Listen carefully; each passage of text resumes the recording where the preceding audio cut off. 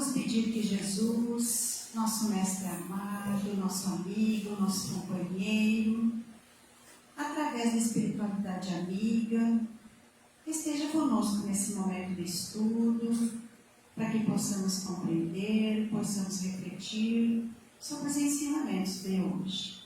Que assim seja. O nosso estudo de hoje tem base no Evangelho segundo o Espiritismo, capítulo 2, com o título grande, Meu Reino Não É Desse Mundo. No item 2, nós vamos encontrar o texto que fala da vida futura. É sobre isso que a gente vai refletir um pouquinho hoje.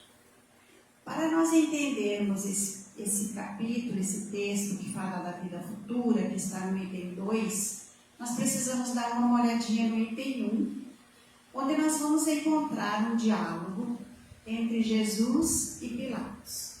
Esse diálogo que acredito que todos já conhecem. Então a gente vai dar uma relembrada. Então ele fala assim: Pilatos, tendo entrado de novo no palácio, e feito vir a Jesus à sua presença, perguntou-lhe: És o rei dos judeus? Respondeu-lhe Jesus: Meu reino não é deste mundo.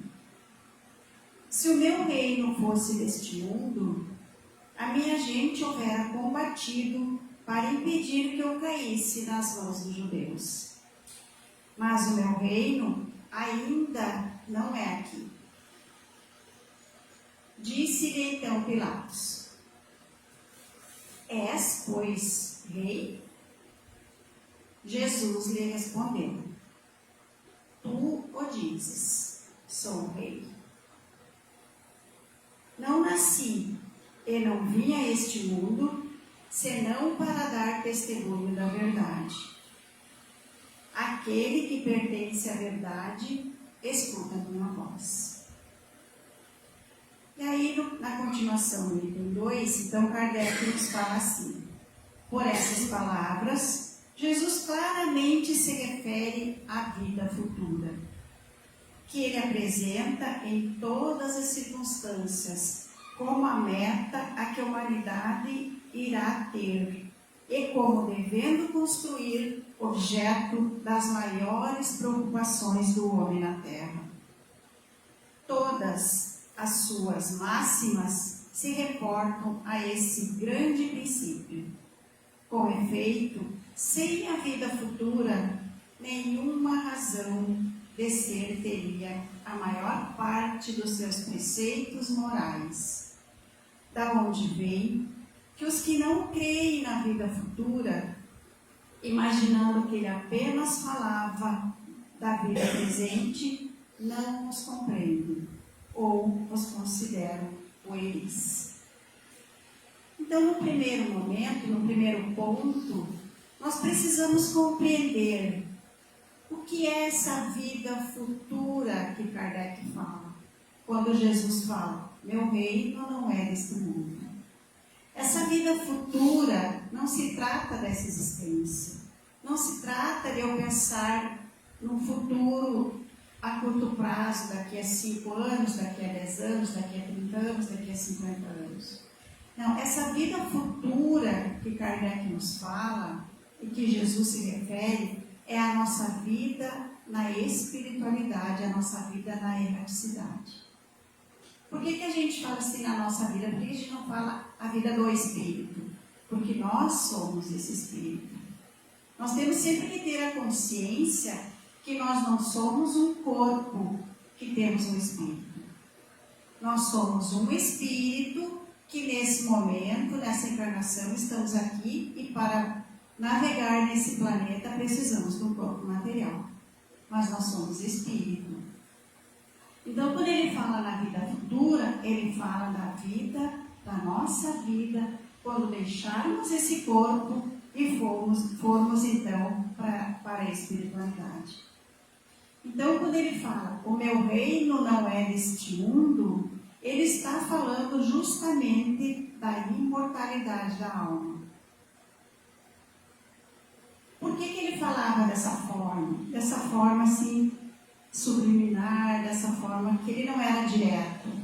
Porque naquela época, aquele povo não tinha condições de compreender sobre vida futura, sobre espiritualidade, sobre a imortalidade do espírito, sobre a reencarnação. Então, Jesus, que precisava trazer essa verdade, ele falava de forma leve, mas para que hoje, com o nosso amadurecimento espiritual, com a nossa maturidade espiritual, a gente consiga entender o que ele quis nos dizer.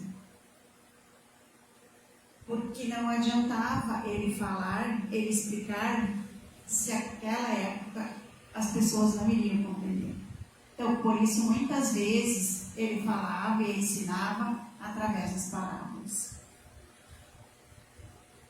Então, ele vem nos trazer esses ensinamentos, essas verdades, na maneira singela, na maneira simples.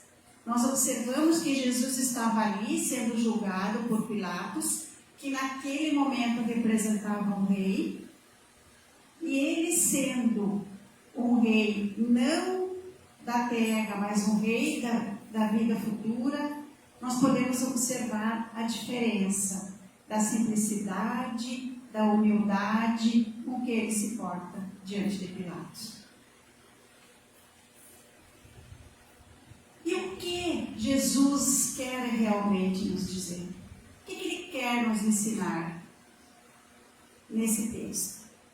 Ele quer nos dizer que nós temos aqui na Terra, nessa encarnação, como objetivo principal buscar viver em conformidade com o seu Evangelho.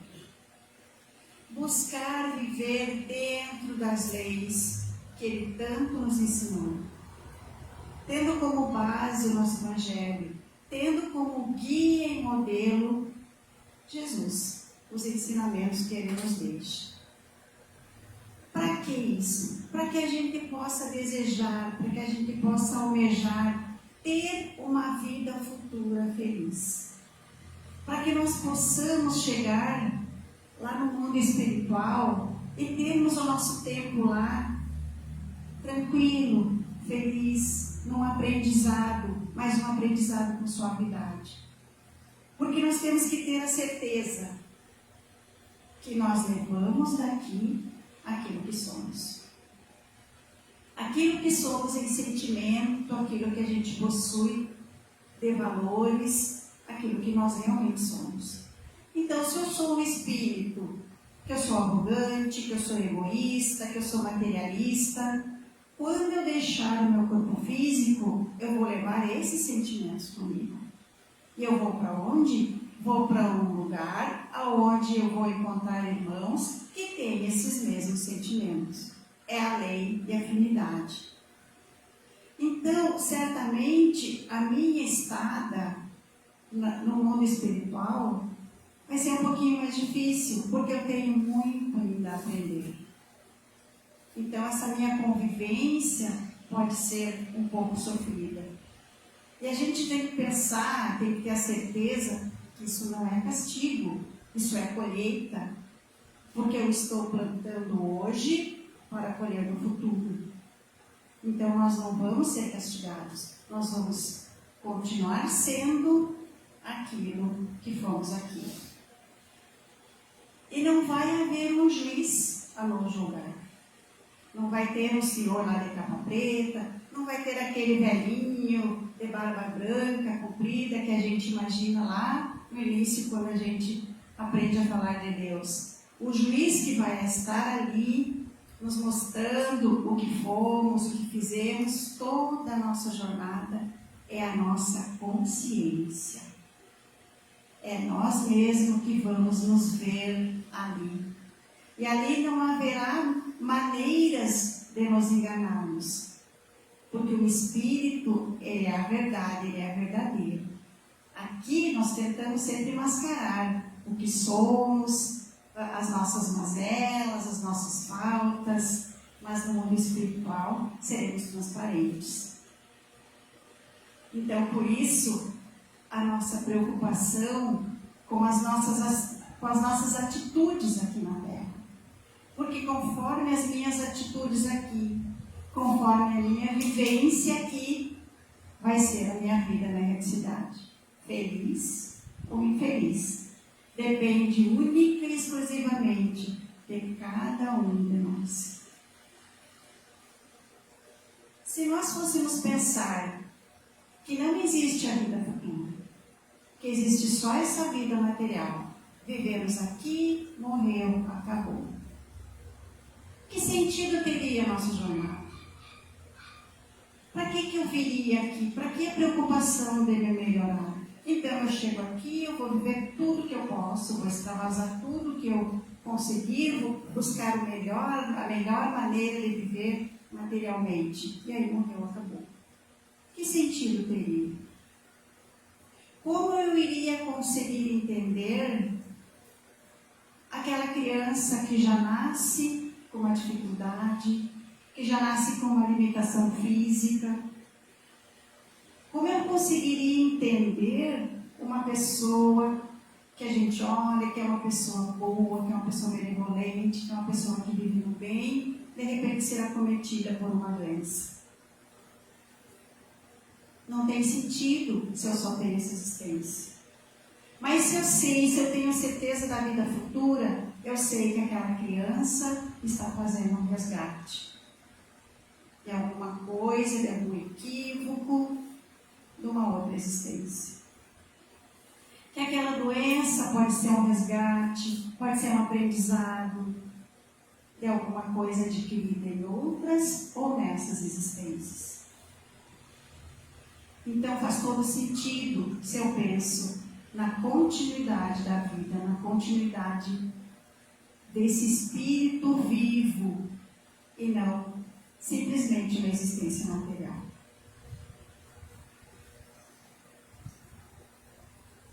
Então o sentimento da certeza da vida futura é que faz a gente pensar no amanhã.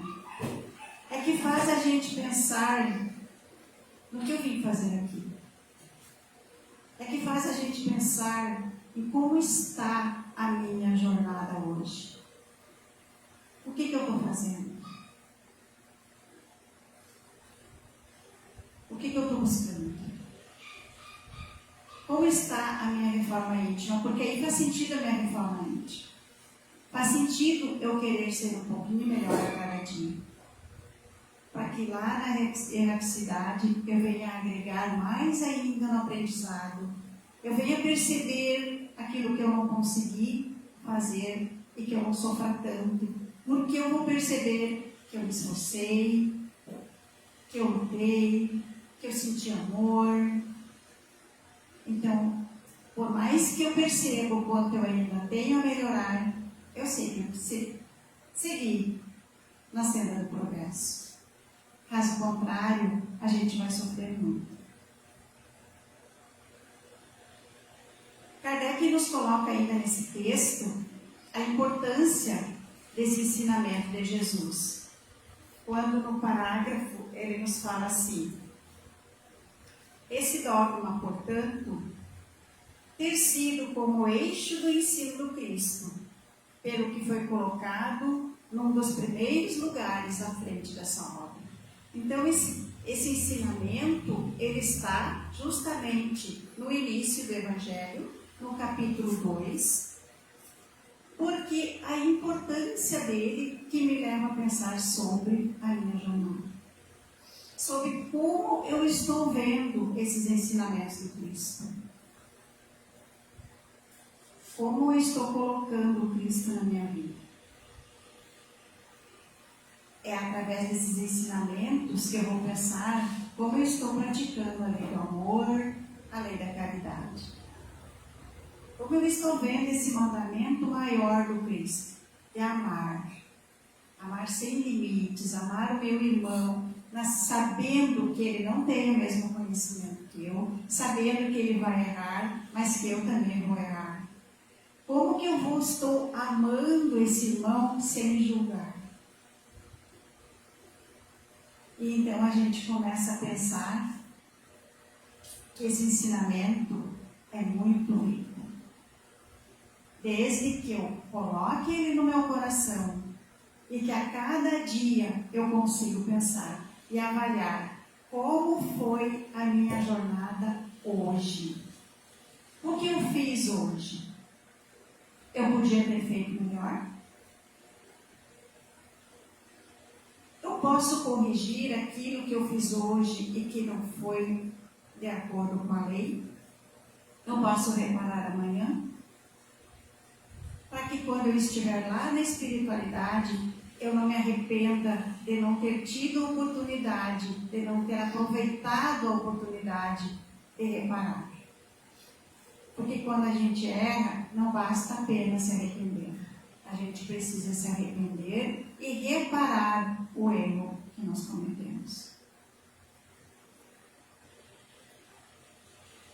Por isso, a nossa necessidade das várias reencarnações.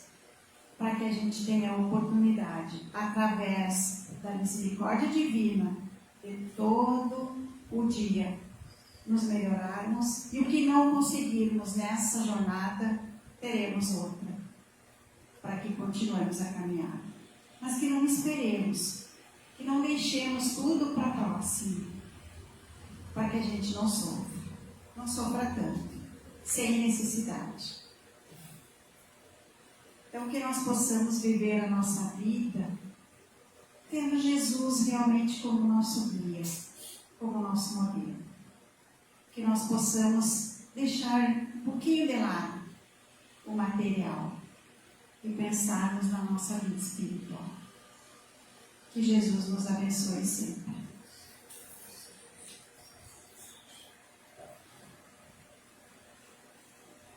Sabendo que o passe nós conseguimos através dessa conexão espiritual, que o passe é uma transfusão de energias através do pensamento. Nos preparemos. Pensemos em Deus, nesse amor maior desse Pai por nós, que nos dá essa oportunidade de estarmos aqui encarnados para repararmos as nossas falhas, para aprendermos, para auxiliar, para servir. Vamos sentir Jesus à nossa frente. Vamos ver Jesus com os olhos do Espírito. Sinta a presença de Jesus à tua frente. As mãos espalmadas sobre a tua cabeça. Sinta essa energia que sai das mãos de Jesus, entra pela nossa cabeça. Essa energia que organiza os nossos pensamentos, equilibra os nossos sentimentos, nos dá discernimento para as nossas reflexões, para pensarmos no bem. Essa luz que vai descendo, chega à nossa laringe, equilibra esse chakra, o chakra da comunicação, o chakra que nos permite as palavras, que essas palavras nossas sejam sempre de amor, de aconchego, de paz. Sintamos essa luz chegar ao nosso coração. Esse nosso coração que se enche de amor, de alegria, de gratidão, de felicidade por essa vida. Essa luz que enche todo o nosso tórax, que harmonize os nossos órgãos, que funcionem equilibrados em harmonia. Essa luz que energiza todas as nossas células, que nos equilibra. Somos luz, somos equilíbrio, somos amor em Cristo, somos amor nessa luz de Jesus. Mestre querido, obrigado. Obrigada por essa jornada. Obrigada pelos teus ensinamentos. Nos ajuda nessa jornada, para que na nossa vida futura possamos nos encontrar contigo e com os irmãos de luz e amor. Nos abençoa nessa jornada, estamos sempre a nosso lado. Permita que possamos te sentir sempre no nosso coração e escutar a tua intuição. Esteja sempre conosco. Que assim seja.